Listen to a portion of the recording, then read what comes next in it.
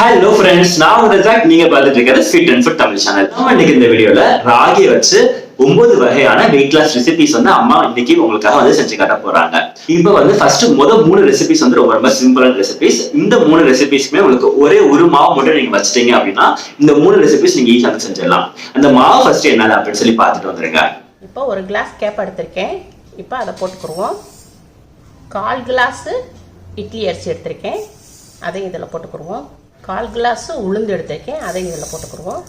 எந்த கிளாஸில் கேப்பை எடுத்திருக்கீங்களோ அதே கிளாஸில் 1/4 கிளாஸ் அரிசியும் 1/4 கிளாஸ் உளுந்தும் எடுத்துக்கோங்க. 1 டீஸ்பூனு வெந்தயம். இப்போ இதை ஊற வைக்க தண்ணி ஊற்றிக்கணும். இதை வந்து 4 மணி நேரம் ஊற வச்சுக்கோங்க. இப்போ இதை வந்து 4 மணி நேரம் கழித்து உங்களுக்கு காட்டுறேன். இப்போ 4 மணி நேரம் ஆயிடுச்சு. இப்போ நல்லா ஊறிடுச்சு. இப்போ இதை வந்து மிக்சியில் போட்டுக்குருவோம். நல்லா கழுவி எடுத்து வச்சுருக்கேன்ப்பா. இப்போ இதை மிக்சியில் போடுவோம். கொஞ்சம் தண்ணி ஊற்றி அடிச்சுக்கிடுவோம். ஊற வச்ச தண்ணியை வச்சு ஊற்றி அடிச்சுக்கிடுவோம். அடித்து கொண்டு வரேன். இப்போ இதை அடித்தாச்சுப்பா. நல்லா தோசை மாவு பதத்துக்கு நம்ம தண்ணி ஊற்றி கொஞ்சம் அடிச்சிருக்கோம். இப்போ இதை வந்து ஒரு பாத்திரத்தில் மாற்றிக்கிடுவோம். இப்போ தேவையான அளவு உப்பு போட்டுக்கிடுவோம். நான் வந்து பிங்க் சால்ட்டு போட்டிருக்கேன். நல்லா கலக்கி விட்டுட்டு 4 மணி நேரம் அப்படியே வச்சிடறேன்ப்பா. 4 மணி நேரம் கழித்து பார்த்தோம்னா பொங்கிடும். இப்போ 4 மணி நேரம் ஆயிடுச்சுப்பா. இப்போ நான் உங்களுக்கு ஓப்பன் பண்ணி காட்டுறேன். மாவு நல்லா பொங்கி இருக்கு. இப்போ இந்த மாவு வந்து உங்களுக்கு பாத்தீங்களா, இந்த மாவு தான் இப்ப பொங்கி இருக்குல்ல. அம்மா வந்து பொங்கிருச்சுன்னு சொன்னாங்க. பொங்கினதுக்கு அப்புறம் இந்த மாவு வந்து உங்களுக்கு வந்து ரெடி ஆயிடுச்சு. ஓகே, இப்போ இந்த மாவு மட்டும் நீங்க ரெடி பண்ணிட்டு வச்சிட்டீங்க அப்படின்னா இந்த மாவு உங்களுக்கு பொங்கினதுக்கு அப்புறமா நீங்க இம்மிடியா அந்த மாவு வச்சு நீங்க வந்து இட்லி வந்து ஊத்திக்கலாம். அதே மாவை எடுத்து ஃப்ரிட்ஜ்ல வந்து ஸ்டோர் பண்ணி வச்சிருங்க. ஃப்ரிட்ஜில் ஸ்டோர் பண்ணிட்டு அடுத்த வேலைக்கு இப்போ இட்லி வந்து பிரேக்ஃபாஸ்ட் ஊத்துறீங்கன்னா அடுத்த வேலைக்கு டின்னருக்கு அதே மாவை வச்சு நீங்க நல்லா முழு ராகி தோசை சுட்டு எடுக்கலாம். அதை திருப்பி அப்படியே ஃப்ரிட்ஜில் போய் ஸ்டோர் பண்ணி வச்சிருங்க. அடுத்த வேலைக்கு திருப்பி ஃப்ரிட்ஜில் இருந்து எடுத்துட்டு அதுலயே வந்து ராகி அடை வந்து சுடுங்க. கொஞ்சோண்டு வெங்காயம் போடுங்க, கொஞ்சோண்டு கேரட் போடுங்க, கொஞ்சோண்டு கொத்தமல்லி போடுங்க, அந்த மாதிரி கொஞ்சோண்டு தக்காளி போடுங்க. இந்த மாதிரி உங்ககிட்ட என்ன வெஜிடபிள் இருக்கோ அது எல்லாமே பொரிசா துருவிட்டு இல்லை பொரிசா கட் பண்ணிட்டு அதில் போட்டுட்டு அப்படியே ஊற்றி எடுத்துட்டீங்கன்னா உங்களுக்கு வந்து ராகி வந்து அடையாயிரும். ஸோ இந்த ஒரு மாவு மட்டும் ரெடி பண்ணி வச்சிட்டீங்க அப்படின்னா இதுல இருந்து உங்களுக்கு 3 வேளைக்கு நீங்க வந்து இந்த சேம் மாவை வச்சு நீங்க வந்து சாப்பிட்டுக்கலாம். உங்களுக்கு டிஃப்ரெண்டா சாப்பிட்ட மாதிரி இருக்கும், ஹெல்தியா சாப்பிட்ட மாதிரியும் இருக்கும். சோ நீங்க இந்த மாவு அரைக்கும் போது மட்டும் 3 வேளைக்கு கரெக்டா இருக்கிற மாதிரி கொஞ்சம் அதிகமான கரண்டா போட்டு அரைச்சுக்கோங்க. இந்த ஒரு மாவு மட்டும் இருந்துச்சு அப்படின்னா நமக்கு 3 வேளைக்கு ஹெல்தியான வெயிட் லாஸ் ராகி ரெசிபி வந்து ரெடி ஆயிடுச்சு. இப்ப இதுக்கு வந்து அந்த மாவு வந்து நம்ம வந்து ப்ரிப்பேர் பண்ணணும். இப்ப வந்து உங்களுக்கு இந்த மாவு ப்ரிப்பேர் பண்றது கஷ்டமா இருக்கு அப்படின்னா இன்ஸ்டன்டா நமக்கு பழசக்கடை ராகி மாவு வந்து கிடைக்குது. அந்த ராகி மாவு வச்சு அம்மா இப்ப உங்களுக்கு 6 ரெசிபி வந்து செஞ்சு காமிக்க போறாங்க. முதல் ரெசிபி என்னது அப்படின்னு சொல்லி பாத்துட்டீங்கன்னா ராகி கூழு. ராகி கூழு வந்து பாரம்பரியமான உணவு, நம்ம உடம்புக்கு அவ்வளவு நல்லது. நம்ம முன்னோர்கள் இந்த உணவை அடிக்கடி சாப்பிட்டு வந்திருக்காங்க. ராகி கூழ எப்படி ரொம்ப டேஸ்டா செய்யலாம் அப்படின்னு சொல்லி அம்மா வந்து பண்ணி காமிப்பாங்க. வாங்க பார்க்கலாம். இப்ப நான் ராகி மாவு எடுத்திருக்கேன், ஒரு 1/2 கிளாஸ் எடுத்திருக்கேன். இது வந்து ஒரு ஆள் சாப்பிடலாம், நல்ல திருப்தியா ஒரு ஆள் நம்ம சாப்பிடலாம். இப்ப இதை வந்து ஒரு பவுல்ல போட்டுக்குருவோம். 1 கிளாஸ் தண்ணி ஊத்திக்கிருவோம். இதை நல்லா மிக்ஸ் பண்ணிடுவோம், கலந்துக்குருவோம். கட்டி இல்லாம நம்ம இதை நல்லா கரைச்சி விட்டுக்கிறோம்.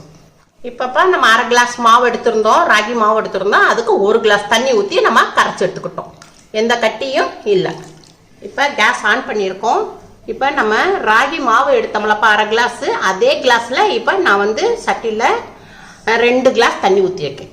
இப்போ தண்ணி கொஞ்சம் கொதிக்கட்டும். தேவையான அளவு உப்பு போட்டுக்கிறோம். இப்போ தண்ணி நல்லா சூடாயிருச்சு, கொதி வந்துக்கிட்டு இருக்கு. இப்போ இந்த நேரத்தில் நம்ம வந்து 1 கிளாஸ் தண்ணி ஊற்றி கரைச்சி வச்சுருந்தோம் இல்லையா, அதை வந்து இதில் ஊற்றுவோம். இதை வந்து இப்போ வந்து நம்ம வந்து கைவிடாமல் நல்லா கிண்டணும். கிண்டிக்கிட்டே இருந்தோம்னா நமக்கு கட்டி விடாது, இல்லாட்டா கீழே அடியும் பிடிக்கும். கிண்டிக்கிட்டே இருக்கணும் நம்ம. இப்போ நம்ம கைவிடாமல் கிண்டிக்கிட்டு இருக்கோம். இப்போ நல்லா உங்களுக்கு மாவு வெந்திருக்கு. இப்போ கலர் நிறமும் மாறிடுச்சு, நல்லா பபிள்ஸ் விடுது. இப்போ நம்ம கேஸை ஆஃப் பண்ணிடுவோம். இப்போ இதை வந்து ஒரு 1/2 மணி நேரத்துக்கு நல்லா ஆற விடுவோம். இப்போ ராகிக்குள் நல்லா ஆறிடுச்சுப்பா. இப்போ வந்து நம்ம ஒரு பவுலில் மாற்றிடுவோம். ஆறினால உங்களுக்கு லைட்டாக கெட்டி கொடுத்துருக்கு. சின்ன வெங்காயத்தில் ஒரு 3 வெங்காயம் பொட்டிஸாக நறுக்கியிருக்கேன், அதையும் போட்டிக்கிடுவோம். இது எதுக்கு போடுறதுன்னா சின்ன வெங்காயம் வந்து போடுறது வந்து உடம்புக்கு நல்லா குளிர்ச்சி கொடுக்கும். அதனால தான் நம்ம சின்ன வெங்காயம் போடுறோம். சின்ன வெங்காயம் போடுறதுனால உங்களுக்கு வெயிட் லாஸும் நல்லா யூஸ்ஃபுல்லாக இருக்கும். கொஞ்சோண்டு மல்லி இலை போட்டுக்கிடுவோம். ஒரு பச்சை மிளகா 2ஆ கீறி இருக்கேன் காரத்துக்காண்டி. தயிரும் தண்ணியும் போட்டு மிக்சியில் அடித்து கொண்டு வந்திருக்கேன், அதையும் மிக்ஸ் பண்ணிக்கிடுவோம். இப்போ இதை எல்லாத்தையும் மிக்ஸ் பண்ணிக்கிடுவோம். அவ்வளோதான்ப்பா, கூழ் ரெடி ஆயிடுச்சு. இப்போ நம்ம இது வந்து ஒரு கிளாஸில் மாற்றிக்கிடுவோம். இப்ப ராகி கூழ் எப்படி பண்ணலாம்னு சொல்லி பாத்தீங்களா? இப்ப இந்த ராகி மாவை வச்சு ராகி புட்டு எப்படி செய்யலாம் அப்படின்னு சொல்லி பார்க்கலாம் வாங்க. நான் வந்து 2 கிளாஸ் மாவு எடுக்கிறேன், ராகி மாவு. நான் வந்து பலசர கடையில் தான்ப்பா வாங்கியிருக்கேன், பாக்கெட் மாவு வாங்கியிருக்கேன். இப்போ அதுதான் நான் யூஸ் பண்ணுறேன். இப்போ 2 கிளாஸு ராகி மாவு எடுத்திருக்கேன். தேவையான அளவு உப்பு போட்டுக்கிடுவோம். இப்போ நம்ம ராகி மாவுக்கு இப்போ கொஞ்சம் கொஞ்சமாக தண்ணி ஊற்றி நம்ம பிசைஞ்சுக்கிறோம். தண்ணி தெளித்து பிசையணும்ப்பா.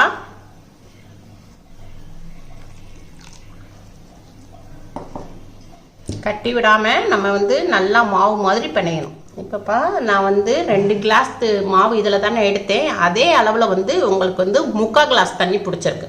அப்போ நீங்கள் அதே மாதிரி அளவு எடுத்துக்கோங்க. தண்ணி இப்படி தேய்ச்சி விடணும். சின்ன சின்ன கட்டியாக இருக்கும், அதை இப்படி கையில் வச்சு இப்படி தேய்ச்சி விட்டோம்னா அது பூரா நல்லா கட்டி பூரா நல்லா இப்படி மாவு மாதிரி வந்துடும்.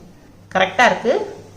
இப்படி நம்ம வந்து இதை பிடிச்சி பார்க்கணும். பிடிச்சி பார்த்தோம்னா நல்லா உங்களுக்கு நல்லா குளக்கட்டை மாதிரி வந்திருக்கு. இதை உடச்சி விட்டோம்னா இந்த லெவலுக்கு வந்துடணும். இப்போ நல்லா பிசைஞ்சுக்கிட்டோம்ப்பா. கட்டி சின்ன கட்டியாக இருந்துச்சு, அதை புறத்தையும் நல்லா நம்ம இப்படி தேய்ச்சி விட்டுறணும். தேய்ச்சி விட்டுட்டோம்னா நல்லா மாவு மாதிரி வந்துடுச்சு. அப்போ தான் உங்களுக்கு புட்டு நம்ம சாப்பிடும்போது டேஸ்ட்டாக இருக்கும். புட்டுக்கொலா வந்துப்பா ஒரு சிலர் வீட்டில் தான் இருக்கும், எல்லா வீட்லேயும் நம்ம வீட்டில் வந்து இட்லி சட்டி இருக்கும். அதனால உங்களுக்கு ஈஸியாக உங்களுக்கு இட்லி சட்டியில் செஞ்சு காமிக்கிறேன். வாங்க எப்படி செய்யலான்னு பார்ப்போம். இப்போ நான் இட்லி துணி இருக்குல்லப்பா, அதை வந்து நல்லா நினச்சி நல்லா பிழிஞ்சு எடுத்துட்டேன். ஒரு பிட்டு தண்ணி இருக்கக்கூடாது, தண்ணி இல்லாமல் நல்லா பிழிஞ்சுக்கிறணும். இப்போ அதை வந்து நம்ம இட்லி தட்டில் போட்டுக்கிறோம். புட்டு பிசைஞ்ச மாவு பூரா நம்ம இட்லி தட்டில் போட்டுக்கிட்டோம்ப்பா. இப்போ நல்லா பரப்பி இப்படி இதாக போட்டுக்கோங்க, சரிங்களா? இப்போ கேஸ் ஆன் பண்ணி இப்போ தண்ணி நல்லா கொதிக்குது. இப்போ வந்து இதில் வச்சுருவோம். இதுக்கு மேலே இன்னொரு இட்லி துணியை போட்டுருவோம். இதில் போட்டு மூடிடுவோம். இது ஒரு 10 நிமிஷத்துக்கு வேகட்டும். இப்போ இட்லி தட்டு மூடுறோம். இப்போ 10 நிமிஷம் ஆயிடுச்சுப்பா. ஓப்பன் பண்ணி பார்ப்போம். நல்லா வெந்துருச்சு நல்லா வெந்துருச்சு. இப்போ நம்ம கேஸ் ஆஃப் பண்ணிவிட்டு இதை கொஞ்சம் ஒரு 5 நிமிஷம் ஆற விடுவோம். இப்போ நம்ம இதை வந்து ஒரு பவுலில் மாற்றிக்கிறோம். இந்த சின்ன பவுல் இருக்குல்ல, இதில் வந்து 1 கப்பு எடுத்துக்கோங்க. ஒரு ஆளுக்கு 1 கப்பு எடுத்துக்கோங்க. ஒரு ஆளுக்கு வந்து இது கரெக்டாக வரும். ஒரு ஆள் இந்த அளவுக்கு சாப்பிடலாம். இப்போ தேங்காய் பூ வந்துப்பா நம்ம 2 ஸ்பூன் எடுத்துக்கிறோம். ஒரு பவுலுக்கு 2 ஸ்பூன். இப்போ சர்க்கரை வந்து 1 ஸ்பூன் எடுத்துக்கோங்க.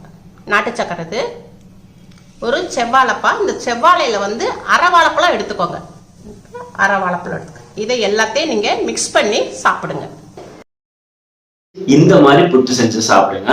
ரொம்ப சாஃப்டா அவ்வளோ டேஸ்டா இருக்கும் புட்டு. ஒரு சில பேருக்குலாம் வந்து இனிப்பு சாப்பிட வந்து பிடிக்காது. இந்த மாதிரி எனக்கு இனிப்பு புட்டு வந்து பிடிக்காது ப்ரோ அப்படின்னு சொல்லி நினைக்கிறீங்க அப்படின்னா இதே மாதிரியே புட்டு செஞ்சு அதில் வந்து அப்படியே உப்பு மாவா மாத்திடுங்க. இந்த புட்டை வந்து அப்படியே எடுத்துட்டு தாளிச்சிட்டீங்க. கொஞ்சோண்டு எண்ணெய், கொஞ்சோண்டு கடுகு, வெங்காயம், அதுக்கடுத்து பச்சை மிளகாய் இதெல்லாம் போட்டு தாளிச்சு எடுத்துட்டீங்க அப்படின்னா நம்மளோட ராகி உப்புமா வந்து ரெடி ஆயிடுச்சு இன்ஸ்டன்டா. சோ யாருக்கெல்லாம் வந்து எனக்கு இனிப்பு பிடிக்காது ப்ரோ அப்படின்னு சொல்லி சொல்றீங்களோ அவங்க எல்லாருமே இந்த மாதிரி ராகி புட்டை உப்புமாவா மாத்திட்டு கொஞ்சம் உரப்பாட்ட வந்து சாப்பிடுங்க. ஃபர்ஸ்ட் 3 ரெசிபி பார்த்தோமா, ஒரே ஒரு மாவு ரெடி ஆயிடுச்சு அப்படின்னா நமக்கு கிட்டத்தட்ட 3 வகையான ரெசிபி வந்து ரெடி ஆயிடுச்சு. அதே மாதிரியே தான் இது வந்து ஒரு மாவு தான். இந்த மாவு நீங்க வந்து ஸ்டோர் பண்ணி நீங்க வந்து வைக்க முடியாது. ஸ்டோர் பண்ணி வைக்காதீங்கன்னு கேட்டா, ஆனா இந்த மாவு பண்றது வந்து ஒரே விதம் தான் எல்லாத்துக்குமே. இந்த மாவு ஃபர்ஸ்ட் எப்படி பண்ணலாம்னு சொல்லி பார்த்துட்டு வந்துடலாம். 2 கிளாஸ் ராகி மாவு எடுத்திருக்கேன். பலசர கடையில நம்ம ராகி மாவு வாங்குவோம்ல, அந்த மாவு தான் நான் எடுத்து வச்சிருக்கேன். எந்த கிளாஸ்ல ராகி மாவு எடுத்தேனோ அதே கிளாஸ்ல தான் நான் தண்ணியும் எடுத்திருக்கேன். சேம் அளவா தான் இருக்கணும். ராகி எந்த அளவுக்கு எடுக்கிறோமோ அதே அளவுக்கு தான் தண்ணி எடுக்கணும். நான் 2 கிளாஸ் மாவுக்கு 2 கிளாஸ் தண்ணி ஊற்றணும். இப்போ வந்து நான் கல்லுப்பு தேவையான அளவுக்கு போடுறேன். இப்போ இது தண்ணி வந்து கொதிக்கட்டும். வெயிட் லாஸ்னால நம்ம வந்து இந்துப்பு தான்ப்பா கட்டாயம் சேர்க்கணும். இந்துப்பு இல்லைன்னா நம்ம கல்லுப்பு சேர்த்துக்கிறோம். தண்ணி நல்லா கொதிக்கிற அளவுக்கு வந்துருச்சுப்பா. இப்போ நம்ம வந்து மாவை போடுவோம். கொஞ்சம் கொஞ்சமாக விட்டு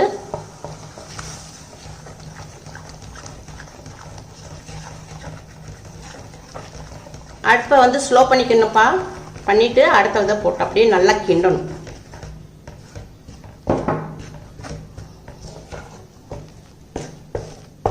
அந்த சூட்லேயே அப்படியே கிண்டணும்.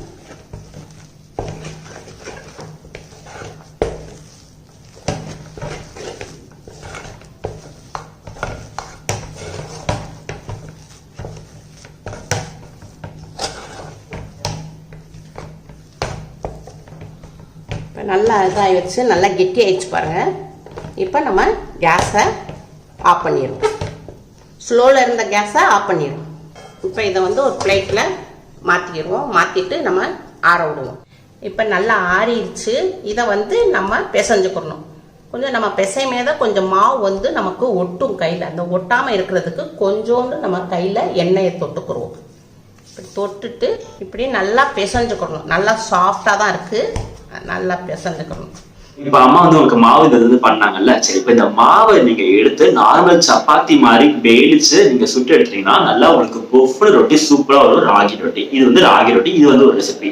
இதே மாவுல நீங்க கொஞ்சோண்டு வெங்காயம், கொஞ்சோண்டு பச்சை மிளகாய், கொஞ்சோண்டு சீரகம், சோம்பு இதெல்லாமே கொஞ்சம் கொஞ்சமா ஆட் பண்ணிட்டு அதை அப்படியே நீங்க தட்டி கையிலேயே தட்டி நீங்க ரொட்டி மாதிரி போட்டு எடுத்தீங்க அப்படின்னா அது வந்து ராகி அடை. இதே மாவுல நீங்க அதே மாதிரி கொஞ்சம் வெங்காயம், கொஞ்சம் பச்சை மிளகாய், சீரகம், சோம்பு, மல்லி எல்லாம் இதெல்லாமே போட்டு நீங்க கொலக்கட்டை பிடிச்சி எடுத்தீங்கன்னா உங்களுக்கு ராகி கொலக்கட்டை ரெடி ஆயிடுச்சு. இது எல்லாமே உங்களுக்கு ராகியை வச்சு பண்ண ரொம்ப ரொம்ப ஹெல்தியான வெயிட் லாஸ் ரெசிபிஸ். இதுல நீங்க ரொம்ப ரொம்ப முக்கியமா ஒரு பாயிண்ட் மட்டும் நோட் பண்ணிக்கோங்க. நீங்க ராகியை அடிக்கடி சாப்பிடுறீங்க அப்படின்னா நீங்க எப்பவுமே ஒரு ரொம்ப ரொம்ப முக்கியமா நோட் பண்ணிக்கோங்க, நீங்க தண்ணி வந்து ரொம்ப அதிகமாக குடிக்கணும். ராகி வந்து உங்களுக்கு கான்ஸ்டிபேஷன் ப்ராப்ளம், மலச்சிக்கல் ப்ராப்ளத்தை உங்களுக்கு வந்து உருவாக்கி விடும். ராகி வந்து ரொம்ப காம்ப்ளெக்ஸ் கார்ப்ஸ், ஜீரணமாகிறதுக்கு ரொம்ப லேட் ஆகும். நீங்க தண்ணி ரொம்ப அதிகமாக குடிக்கணும். ஜீரணமாகிறதுக்கு ரொம்ப லேட் ஆகுறதுனாலதான் அது நமக்கு வெயிட் லாஸ்க்கு ரொம்ப யூஸ்ஃபுல்லா இருக்கும். சோ அதனால நீங்க ரொம்ப முக்கியமா தண்ணி ரொம்ப அதிகமா குடிக்கிற மாதிரி வச்சுக்கோங்க. இதெல்லாமே ராகியை வச்சு பண்ண டிஃப்ரெண்டான வெயிட் லாஸ் ரெசிபிஸ். இதெல்லாம் உங்களுக்கு சிங்கிள் வீடியோ உங்களுக்கு நான் இன்னைக்கு வந்து கொடுத்துருக்கேன். இந்த வீடியோ உங்களுக்கு ரொம்பவே யூஸ்ஃபுல்லா இருக்கும் அப்படின்னு சொல்லி நினைக்கிறேன். இந்த வீடியோ பிடிச்சிருந்துச்சுன்னா மறக்காம லைக் பண்ணிருங்க. நம்ம சேனல் நீங்க சப்ஸ்கிரைப் பண்ணா மறக்காம சப்ஸ்கிரைப் பண்ணிக்கோங்க. உங்க எல்லாத்தையும் அடுத்த சந்திக்கிறேன். அது வரைக்கும் பாய் பாய்.